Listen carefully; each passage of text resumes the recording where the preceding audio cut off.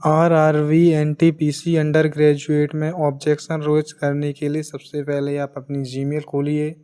Gmail पर जो आपका पेपर होने से पहले एडमिट कार्ड के लिए जो मैसेज आया था उस पर क्लिक कीजिए। उस पर क्लिक कीजिए करने के बाद सबसे पहले अपना रजिस्ट्रेशन नंबर को कॉपी कर लीजिए। कॉपी कर लिया उसके बाद आपको ये लिंक दिए ऊपर उस पर क्लिक कीजिए। इससे इंटरफेस खुल के आ जाएगा। इस इंटरफेस पर सबसे पहले अभी आपने जो रजिस्ट्रेशन नंबर कॉपी किया था उसे पेस्ट कर दीजिए। फिर यहाँ पर अपनी डेट ऑफ बर्थ डाल लीजिए।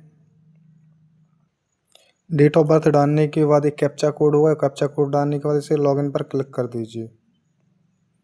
लॉगिन पर क्लिक करने के बाद इस प्रकार का इंटरफेस खोल के आ जाएगा, जिसमें सबसे पहले ऑप्शन पे होगा हेल्प डेस्क, दूसरा होगा ऑब्जेक्शन, तीसरा होगा कैंडिडेट रिस्पॉन्स। कैंडिडेट रिस्पॉन्स में आपके आंसर की खुलेगी, वहाँ पर नहीं जाना, हमें ऑब्जेक्शन पर जाना। किस पर जाना? ऑब्जेक्शन।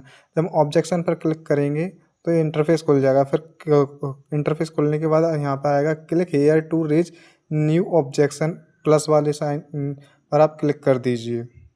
क्लिक करने का थोड़ा वेट कीजिए। इस प्रकार इंस्ट्रक्शन आ जाएगी, तो ये इंस्ट्रक्शन मैं अभी आपको पढ़ के सुना दूंगा।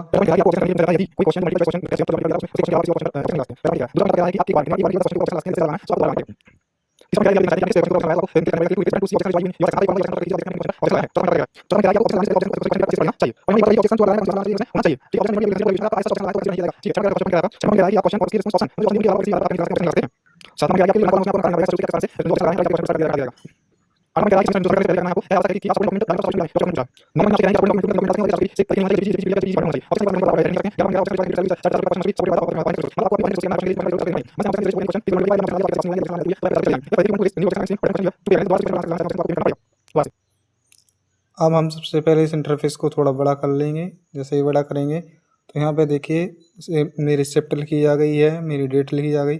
अब जो यहाँ पे पूछा जा रहा है कि कितने क्वेश्चन पर आपको ऑब्जेक्शन लगाना है, तो मुझे एक पर लगाना है, तो मैं एक को सेलेक्ट कर लिया मैंने। फिर इसके बाद क्वेश्चन आईडी पूछ रहे हैं, तो ये आप पहले से लिख कर रख लीजिए, याद कर लीजिए, कॉपी करके रख लीजिए, जो भी करना हो कर लीजिए। मैं इस प्रकार से क्या करूँगा, अब अपनी जो क्वेश्चन आईडी उसे देखूंगा, लास्ट में 86 से मुझे तो इस प्रकार से रेज नहीं होगा, तो आपको अलग से ऊपर की साइड बढ़ाना पड़ेगा 86 86 86।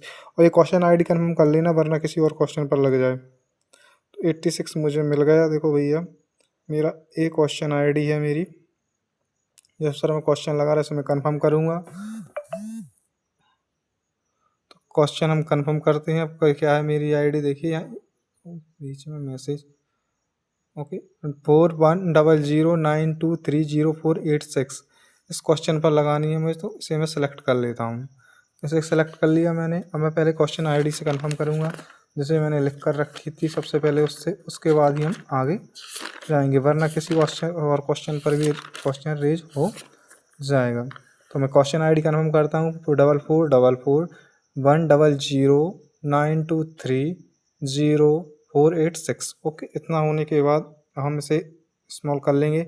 फिर ये लोग पूछ रहे हैं कि आपने किस भाषा में आंसर दिया था। यदि आपने इंग्लिश में दिया था तो इंग्लिश कर दीजिए, हिंदी में दिया था तो हिंदी कर दीजिए। मैंने हिंदी में दिया था तो मैं हिंदी पर क्लिक कर देता हूँ।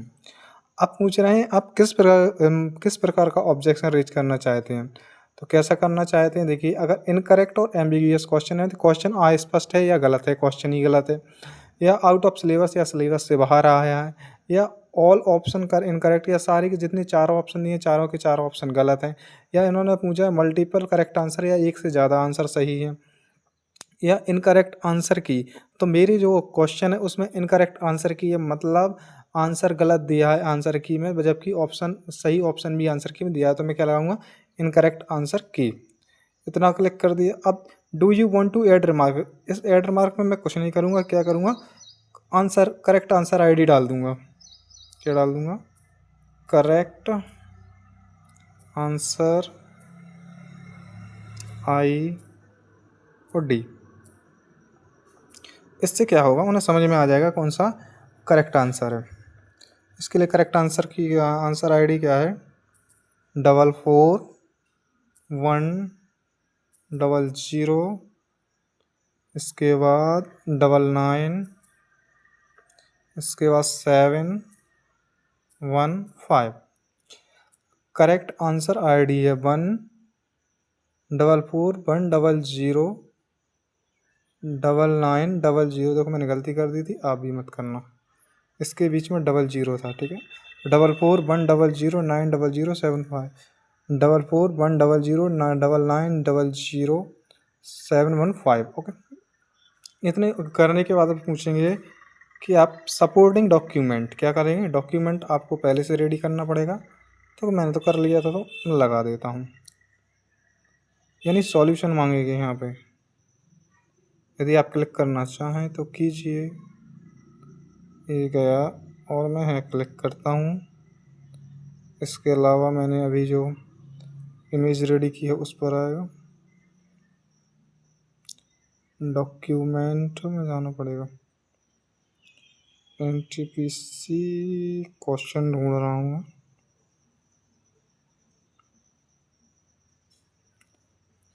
डॉक्यूमेंट कौन सा अपलोड होगा ये पता नहीं है, अभी अपलोड होने के बाद पता चलेगा। ये गलत क्वेश्चन। देखिए इस प्रकार से मैंने डॉक्यूमेंट अपलोड कर दिया। जो मैंने डॉक्यूमेंट अपलोड किया उसे मैं आपको दिखा देता हूँ। मैंने इसे अपलोड किया इस प्रकार से। देखिए मैंने लिख दिया करेक्ट आंसर, ऑप्शन 4 है। ऑब्जेक्शन ID नंबर ये है जो करेक्ट आंसर है। करेक्ट आंसर ऑप्शन 4 है, और ऑप्शन की जो करेक्ट ऑप्शन की आंसर ID है ये है करेक्ट ऑप्शन की। ओके, और रीज़न ये है कि ये आंसर सही है, 1 2 3 पॉइंट सही है, जबकि इसमें एक ऑप्शन दिया और 3 ऑप्शन सही हैं। तो ठीक है, इस प्रकार से मैंने ऑब्जेक्शन रेज कर दिया है। आप लोग भी कर सकते हैं। इतना अभी कंप्लीट नहीं हुआ है, देखिए आगे चलना है। अभी इसे क्लोज कीजिए। इसके बाद आपको क्या करना, पेमेंट करना पड़ेगा। ऑनलाइन में मोड पर जाइए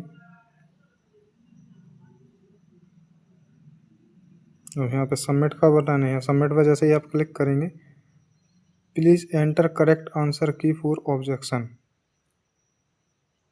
इन्होंने कहा है। करेक्ट आंसर की कहाँ लगानी है, अच्छा करेक्ट,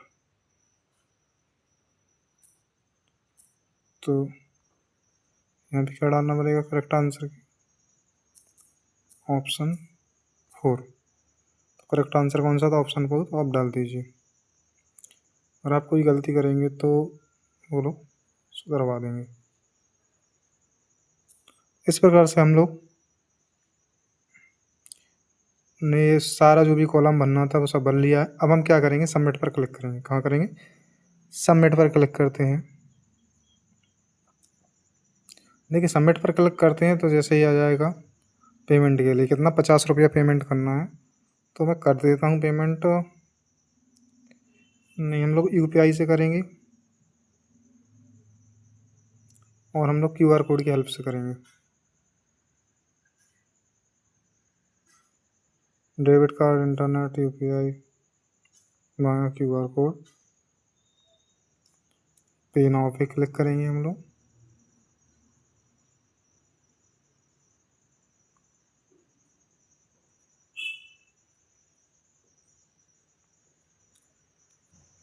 अभी पेमेंट चल रहा है तो आप स्टिल वेट कर कीजिए। जब तक पेमेंट नहीं हो जाता तब तक हम आगे के बारे में नहीं बता सकते हैं। देखिए पेमेंट होने के बाद ही आगे हम बताएंगे कि आगे की क्या प्रोसेस होती है। चलिए पेमेंट कंप्लीट हो गया है, अब हम आगे देखते हैं।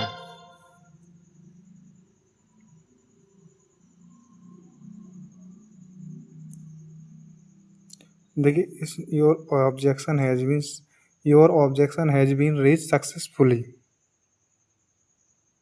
अब आप इस पर क्लिक कर दीजिए, ऑब्जेक्शन रेज हो चुका है। ऑब्जेक्शन ID, पेमेंट मोड सब कुछ आ गया।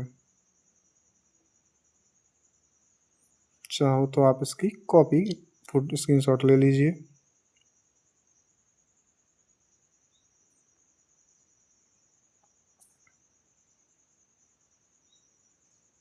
ओके, तो इस प्रकार से आप अपना ऑब्जेक्शन रेज कर सकते हैं।